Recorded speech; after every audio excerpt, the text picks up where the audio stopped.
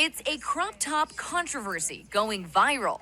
Okay, we need to talk about the women going viral right now for getting harassed by an airline employee and then kicked off of a plane for what they were wearing. Because they saved the craziest part of this news story for the very end, where even I almost missed it. I'm still not sure if it's the craziest plot twist of all time or the most expected. In case you missed it, these two women dressed in crop tops with sweaters over them, not that crazy, went on a plane. Apparently the plane didn't have any working air conditioning, so they had to take the sweaters off. And then, of course, classic, a male flight attendant who couldn't cope apparently snarked at them in passing, put something on before he shuffled away.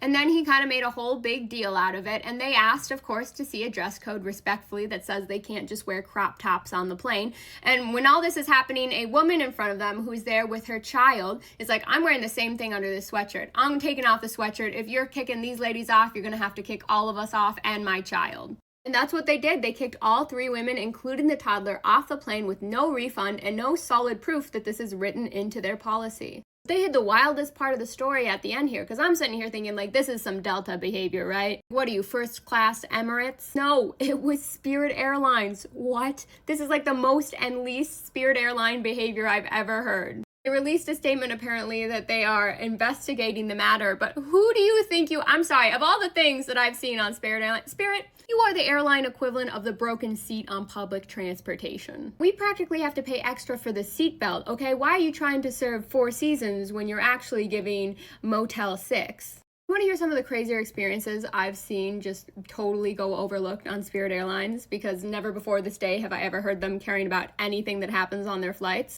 One time I got on a Spirit Airline flight and we had to sit there for hours because the door was broken and they were trying to figure out how to jam it shut so that we could take off with a broken door. Eventually they gave up and they deboarded, but it was really on the table. Once I had to sit a few rows in front of a woman there with a lot of children, screaming the entire flight and running up and down the aisles like it was a McDonald's play place. Speaking of dress codes, I once saw a woman board the plane with a very long, but not as long as you'd wish, sweatshirt, in which I wasn't 100% convinced she was wearing shorts underneath it. However, that wasn't any of my business. One time I was on a flight during the height of vid, just trying to get home, and they were the only one I could get booked on. You know, when you had to wear your mask at all time on your face.